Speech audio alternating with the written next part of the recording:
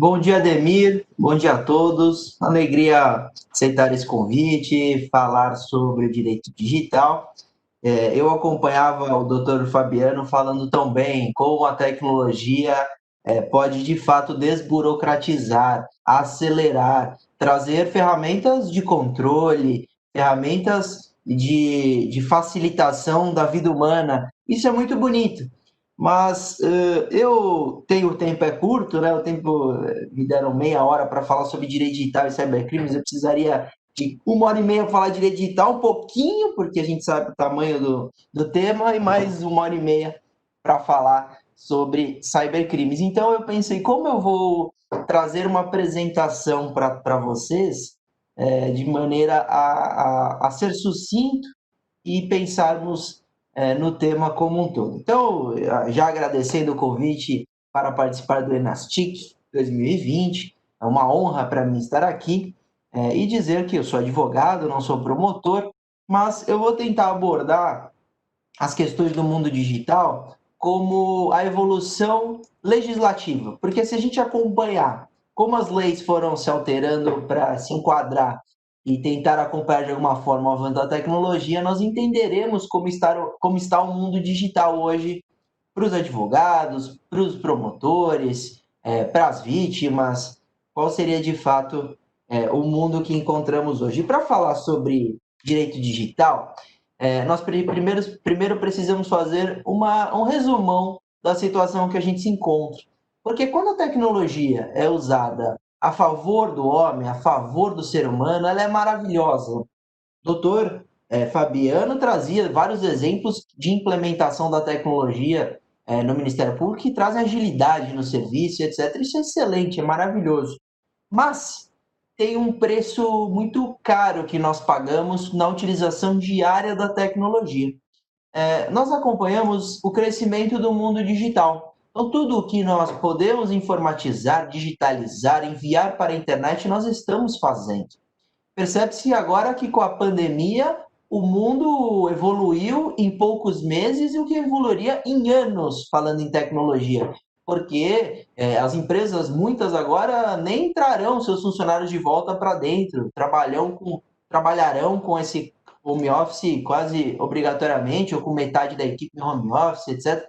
Obrigou a gente a refletir sobre as ferramentas e soluções disponíveis no mercado para nos adaptarmos a essa nova realidade que a pandemia nos trouxe. E isso mudou a vida. Eu acredito que nós não voltaremos ao normal nunca mais. Isso é um novo normal, né? Muita gente fala. Isso é verdade. Você percebe alterações significativas até neste evento. Tenho certeza que nós estaríamos todos fisicamente conversando e agora estamos virtualmente. Então, em questão de evento, em questão do trabalho, em questão de segurança de dados, porque as empresas investem muito em tecnologia de TI, de segurança de dados internamente, e de uma hora para outra seus funcionários estavam em casa.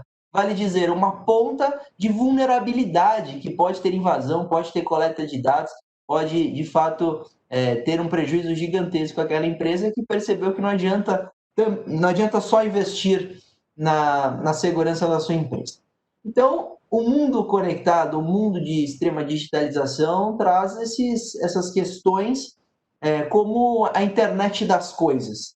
Então, falei já, tudo que a gente pode conectar, a gente conecta, e isso traz conectividade a todos os aparelhos. Então, nós temos hoje as TVs, a Smart TV, geladeira com internet, TV com internet, tudo que a gente pode conectar, nós estamos conectando.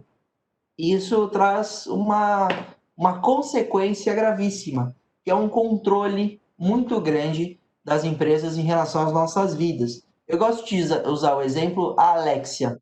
Quem não conhece a Alexia, é uma caixinha de som que ela é um assistente pessoal e ela faz o que você pede. Então você fala, Alexia, liga a luz. Olá, Alexia, ela ativa. Ligar a luz, ela liga a luz. Apagar a luz, ela apaga. Tocar uma música, etc.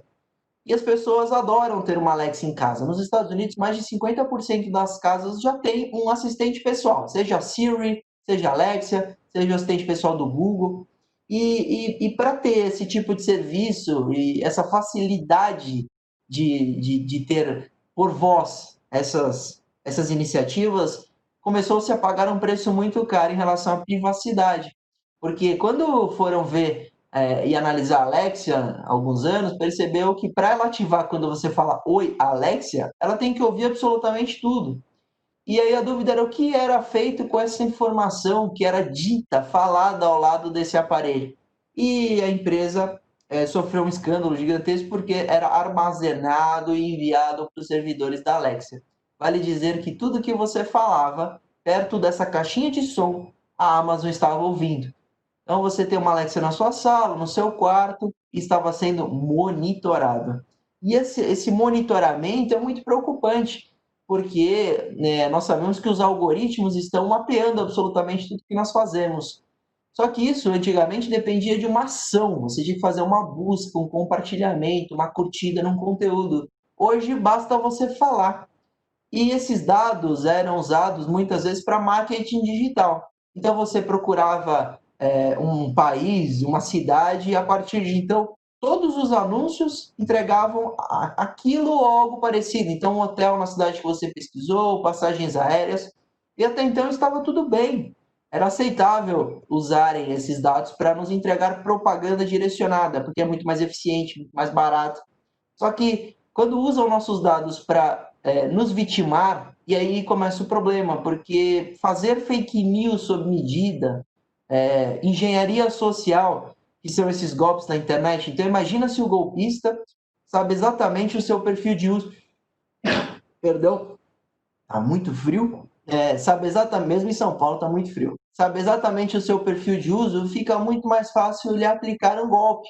Então imagina que o criminoso acompanha o seu perfil digital e sabe que você curte muito um conteúdo relacionado a carro.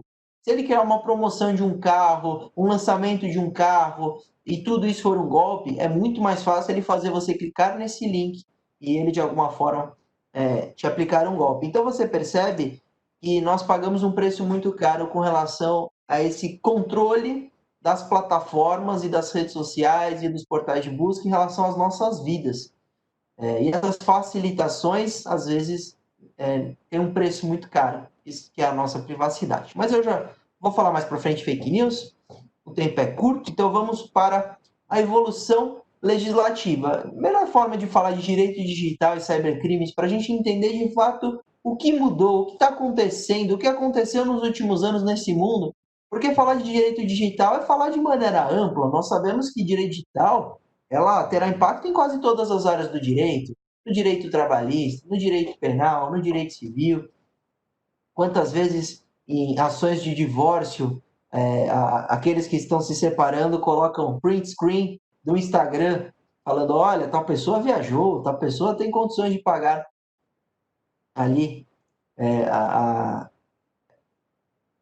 as questões do divórcio e da separação. Então, de fato, o mundo digital ele vai impactar muito nas áreas do direito. Mas, se nós olharmos as medidas legislativas, a gente consegue resumir tudo em uma maneira única. Então, por o tempo ser curto, o Enas tinha que dar 15 minutos, eu tive a alegria de ter o dobro, eu tenho meia hora, eu vou fazer essa leitura legislativa, evolução legislativa no Brasil, do direito digital e dos cybercrimes, para nós entendermos de fato como nós estamos lidando com as questões digitais. Eu acabei de falar uma questão digital que está muito em aberto, que é exatamente esse mapeamento dos algoritmos, da Big Data e entrega de conteúdo seletivo para a gente. Então, a sua timeline hoje nem é você que escolhe, é um robô que decide que foto você vai ver. Antigamente, por exemplo, o Instagram entregava conteúdo de maneira cronológica. Então, aquele último post seria o primeiro a aparecer na sua timeline. Hoje não. Ele decide o que ele acha que é mais sua cara, que você vai gostar mais. Então, um robô está decidindo o que eu vou ver. Mas isso pode ser muito preocupante quando um robô começa a entregar previsões de comportamento. E foi exatamente o que aconteceu nos Estados Unidos com o caso Cambridge Analytica. Quando se analisa esse perfil digital, ele podia alegar, o robô podia trazer um laudo a falar: esta pessoa tem 77% de chance de votar no Trump, essa pessoa tem 80% de chance de votar na Hillary. E prevendo o comportamento, indivíduos criminosos da Rússia mandam fake news direcionadas para essas pessoas, para elas mudarem de opinião. Então, por exemplo, o indivíduo que ia votar na Hillary recebe uma fake news que a Hillary teria uma pizzaria onde se fazia tráfico de seres humanos, de crianças, gravíssimo, para mudar a opinião daquela pessoa. Então, isso está tudo no filme Privacidade Hackeada no Netflix, vale a pena ver. Então, você percebe que quando se utiliza do perfil digital contra nós, isso é preocupante. Bom, para abrir a nossa fala, eu pensei em falarmos do Marco Civil da Internet.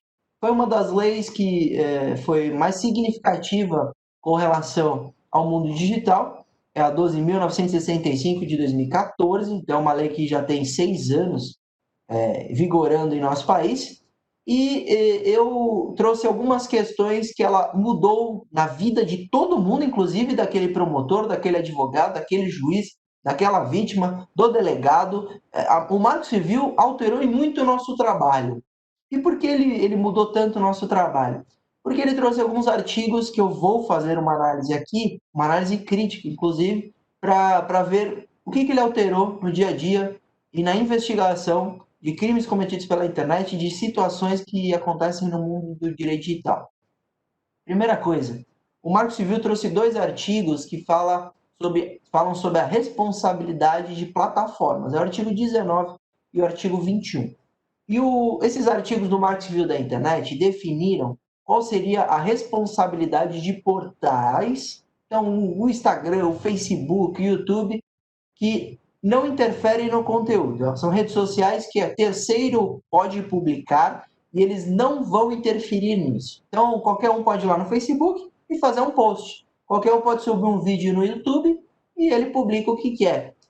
E as plataformas, começou a se debater antes disso, qual conteúdo ela seria corresponsável, principalmente no âmbito civil. Então, a gente está falando agora da parte civil. Porque você tinha conteúdos criminosos, ilícitos, que poderiam ali ensejar indenizações e as pessoas estavam processando a plataforma que estava hospedando e aquela pessoa que publicou.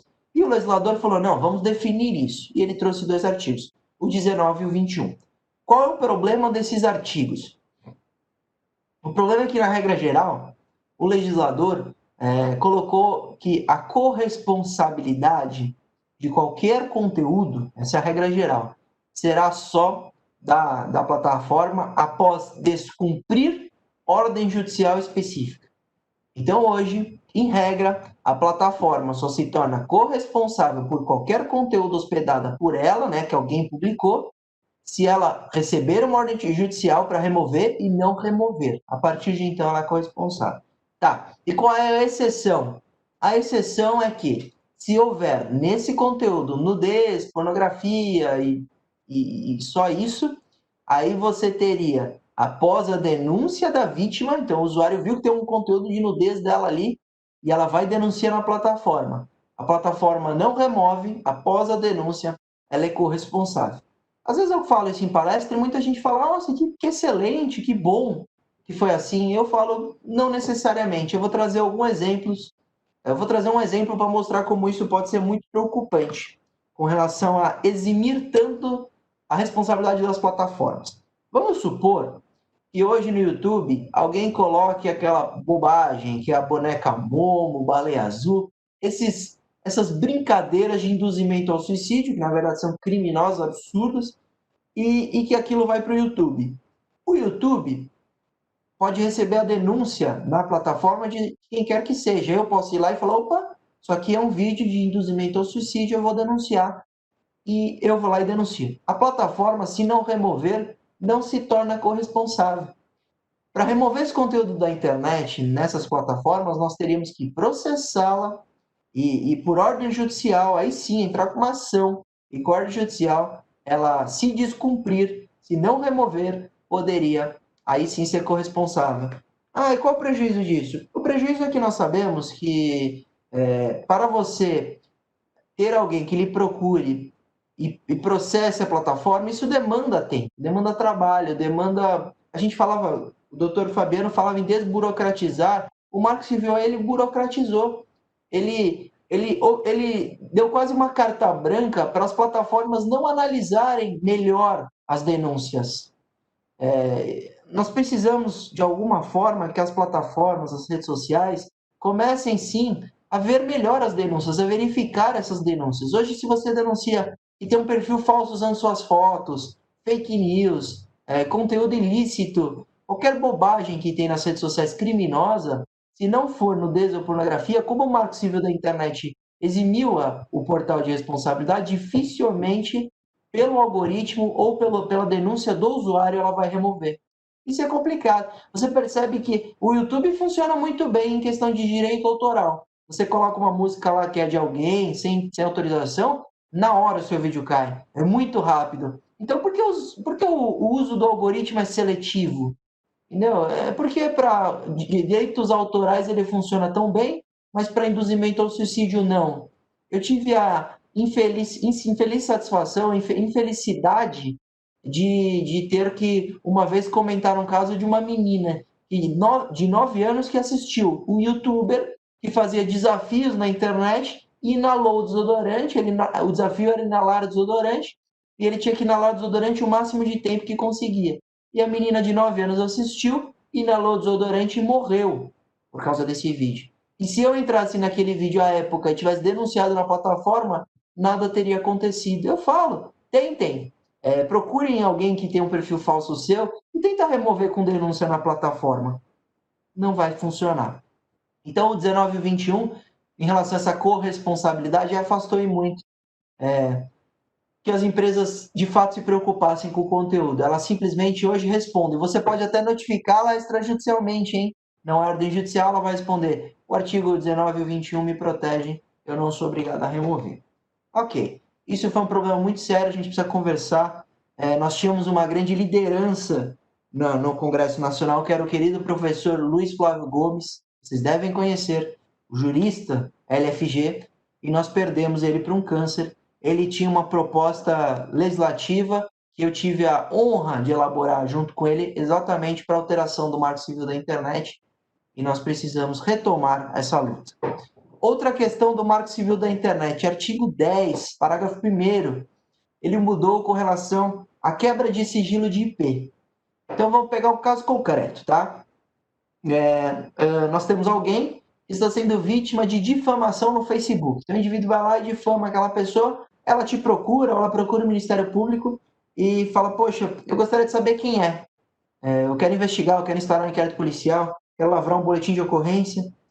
Como funcionava na prática até 2014? Essa vítima iria até a delegacia, iria lavrar um boletim de ocorrência, o delegado podia instaurar um inquérito policial e ele oficiava o Facebook. Então eu falava, ô Facebook, tem um indivíduo aí usando um perfil falso ou usando um perfil, eu quero saber o IP desse indivíduo porque eu estou investigando um crime aqui, uma difamação.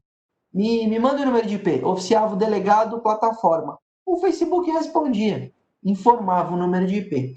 Só que começou a se debater, antes do Marco Civil da Internet, quando ele era obrigado a informar. Se o advogado notificasse extrajudicialmente, ele teria que informar. Se o promotor solicitasse essa informação, ele teria que apresentar. Isso começou a se debater. E em 2014 isso se alterou. O Marco Civil da Internet falou, não, vamos resolver essa situação. E trouxe o artigo 10, parágrafo 1º, que trouxe o sigilo absoluto do IP. Então, hoje, a única forma de conseguir um número de IP numa investigação é com determinação judicial, com ordem judicial. Vale dizer, olha aí a burocratização. O que era vítima, delegacia, delegado, Facebook, delegado, que poderia ser resolvido em 4 semanas, um mês, virou vítima, delegacia, aí o delegado tem que representar pela quebra de IP, enviar para o DIPO, aqui em São Paulo nós temos o Departamento de Inquérito Policial, né, que é o DIPO, envia para o fórum, vai para o DIPO, o juiz do DIPO pede para ouvir o Ministério Público se manifesta, devolve para o juiz do DIPO, o juiz do DIPO aí sim pode deferir essa quebra, oficia Facebook devolve. Então você percebe que era 3, 4 semanas, virou meses por causa desse artigo do Marco Civil da Internet. Aí eu pergunto para vocês, nós precisamos desse sigilo do número de IP? O número de IP não são suas finanças, não precisamos desse sigilo como se fosse quebra de sigilo bancário. É o número de IP, onde um delegado, de fato, quando investiga um crime, poderia solicitar, penso, por ofício. mas essa é a situação, burocratizamos a quebra de IP. Concomitantemente a isso, então a gente deixou muito mais devagar essa maneira de se oficiar, essa maneira de requisitar e determinar a plataforma, o IP, ainda incluímos pelo nosso legislativo o artigo 13 e 15 do Marco Civil da Internet, que são dois artigos que trazem o tempo de armazenamento. Então, também se discutia quanto tempo as empresas precisam armazenar o IP para fornecer para quem ali determinar a quebra. Então, quanto tempo eles precisam armazenar o IP de criação de uma conta, de alteração, de publicação, de acesso a um e-mail, por exemplo. Quanto tempo esse registro, para quem não sabe, IP é Internet Protocol. É um registro que toda vez que você navega numa página, acessa um serviço, isso está registrado nas plataformas e é exatamente a informação que nós precisamos para investigar crimes e fisicamente encontrar o criminoso, que usa uma conexão e um dispositivo informático. E aí o Marco Civil também trouxe esse tempo de armazenamento exatamente nesse registro. Ele trouxe que as plataformas precisam armazenar por 6 meses, esse é, em regra, o tempo mínimo, e as empresas de conexão por 1 ano, está lá no 13 e no 15 do Marco Civil da Internet. Ou seja, ele burocratizou, o Marco Civil da Internet burocratizou essa quebra e ainda trouxe um tempo muito curto. 6 meses de armazenamento não é nada. Às vezes a vítima lhe procura depois de 4 meses, lhe procura depois de 5 meses, o crime ainda nem prescreveu, ele tem direito de lavrar o BO, mas o IP já poderia ter se perdido, e aí, sabe o que acontece? Você nunca vai encontrar esse criminoso. Então, esse tempo pequeno de armazenamento é um problema. As empresas, claro, justificam que isso custa caro, o armazenamento, etc. Eu sempre pergunto, se custa caro armazenar os dados de tanta gente, significa que eles têm muitos clientes, têm muitos usuários, têm muita gente. O Facebook pagou uma multa por causa de privacidade nos Estados Unidos de 5 bilhões de dólares. Será que as plataformas não têm mesmo condição de armazenar esses dados para se exercer de fato o direito da vítima, exercer de fato a obrigação do Estado de investigação no ambiente virtual? Eu acredito que sim. Lei Carolina Dickmann. Nós tivemos também, já falei do Marco Civil, agora eu vou para as outras leis, para a gente já acompanhar a evolução legislativa e também na prática, né, da atuação com relação ao direito digital. A 12.737 de 2012, a Lei Carolina Dickmann, houve um caso de vazamento de fotos da atriz Carolina Dickmann, em 2012. Não, invadiram o celular dela, a gente precisa de uma lei para criminalizar a invasão de dispositivo. E aí sim, entrou em vigor a 12.737 de 2012, que incluiu no Código Penal o artigo 154A, que é o crime de invasão de dispositivo informático.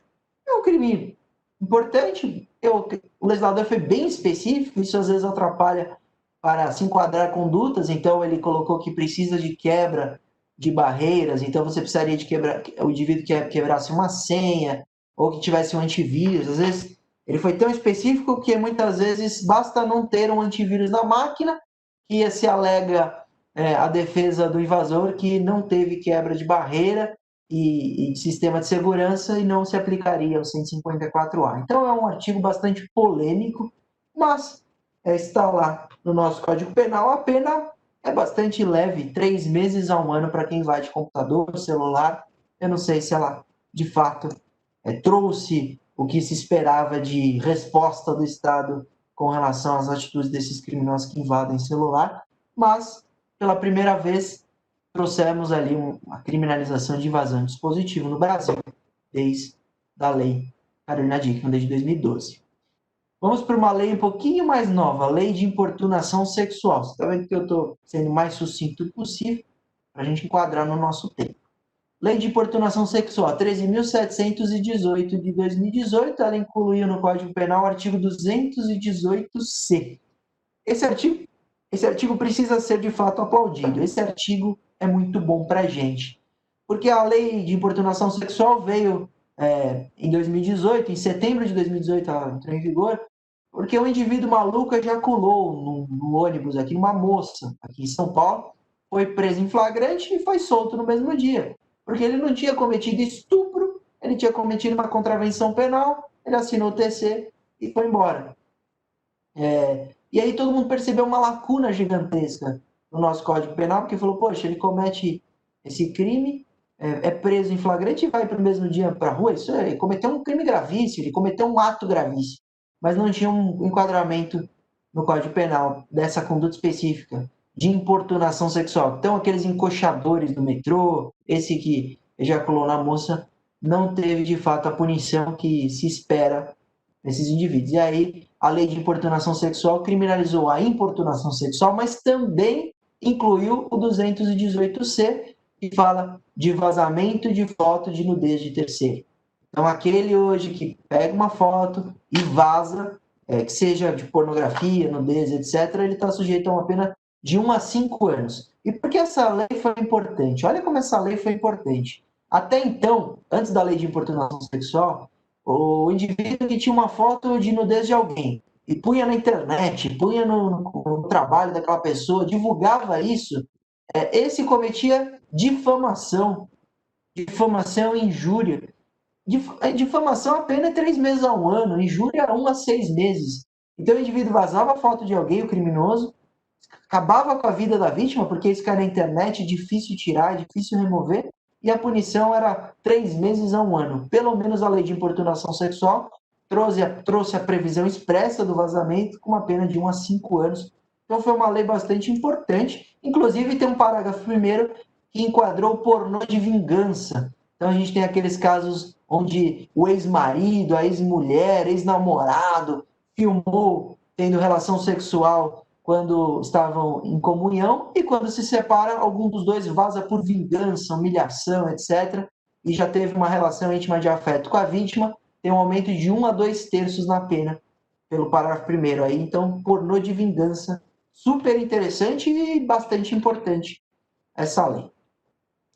Bom, nós tivemos o uso de deepfake em campanha. Então, indivíduos pegaram o de candidato ao governo em São Paulo, colocaram esse indivíduo numa imagem onde ele estava com várias mulheres em um motel, e isso viralizou na internet. Foi um grande escândalo, e o candidato afirmou ali que se usou de tecnologia de deepfakes. Para quem nunca ouviu sobre isso, é uma máscara digital que a pessoa com tecnologia coloca e você consegue incluir qualquer rosto em qualquer local. E assim, um laudo apontou que foi feito com esse candidato, só que se debateu qual seria o crime. À época, o crime seria de difamação, porque não pode ser o 218C, porque para ter o crime de vazamento de foto e o vídeo de nudez de terceiro, você precisaria que a vítima estivesse presente. E como é uma montagem, como é uma afirmação que é a pessoa, mas não é ela, ela não pode ser vítima desse vazamento, porque nem é ela. Então, ela é vítima da difamação. Mas aí o legislador viu essa questão, esse exemplo, que foi um caso que tomou o Brasil, e ele incluiu no Código Penal o artigo 216b, com a Lei 13.772, também de 2018. Essa é de dezembro de 2018, foi no apagar das luzes de 2018. Então, hoje é crime produzir, fotografar, filmar ou registrar por qualquer meio conteúdo com cena de nudez ou ato sexual ou libidinoso de caráter íntimo e privado, sem autorização dos participantes. Então, isso aí é você colocar uma câmera escondida e filmar alguém. 6 meses a 1 ano. Mas aí no parágrafo único veio exatamente a criminalização da deepfake. Na mesma pena, incorre quem realiza montagem em fotografia, vídeo, áudio ou qualquer registro com o fim de incluir pessoa em cena de nudez ou ato sexual ou libidinoso de caráter íntimo. Então, hoje, quem cria uma deepfake para colocar pessoas num ato sexual, etc., comete esse crime aqui. Já indo para o final, já estou vendo que o Ademir está colocando as apostas aqui para o próximo. Teve uma questão do mundo digital que preocupou muito desde 2017. Eu falei muito sobre isso, que era o induzimento ao suicídio na internet. Nós tivemos o caso da baleia azul, onde indivíduos criaram um jogo virtual, tinha 50 desafios, sendo que a criança, o adolescente, tinha que se cortar, se automutilar. E aí começou um debate jurídico que, se o criminoso cometesse esse induzimento à automutilação, mas a pessoa induzida não cometesse o suicídio, não tentasse, não chegasse no cometimento de suicídio, só da automutilação, não teria enquadramento. Nós não conseguiríamos criminalizar a conduta dele. Então, induzir adolescente, criança, adulto a automutilação não era crime. E aí nós debatemos muito sobre isso por causa do jogo Baleia Azul, então, no ambiente virtual. E aí veio uma leizinha aí super importante, essa é de 2019, ela é recente, a 13.968, que mudou o artigo 122, hein, o artigo do induzimento ao suicídio no Código Penal. Então, olhem isso que interessante. E ele incluiu no caput que a automutilação é crime, então não só o suicídio, induzir, instigar alguém a suicidar-se ou a praticar automutilação, ou prestar auxílio para que se faça 6 meses a 2 anos. E olha o que essa lei mudou também, interessante. Com a Baleia Azul, nós debatemos que aquele criminoso que induzia menor de 12 anos, 14 anos, o inimputável, incapaz, absolutamente incapaz, na verdade ele cometeu suicídio, porque você não consegue induzir criança que não tem consciência do ato que está tomando. E essa lei já trouxe essa previsão depois de muito debate. O parágrafo 7º do 122 hoje fala que aquele que induz um menor de 14 anos, na verdade, vai responder pelo 121, então vai responder por homicídio. Vale dizer, hoje dá para cometer homicídio pela internet. Basta o criminoso induzir o menor de 14 anos para que se cometa o suicídio. Ademir, quanto tempo eu tenho, só para eu saber, ou já acabou meu tempo?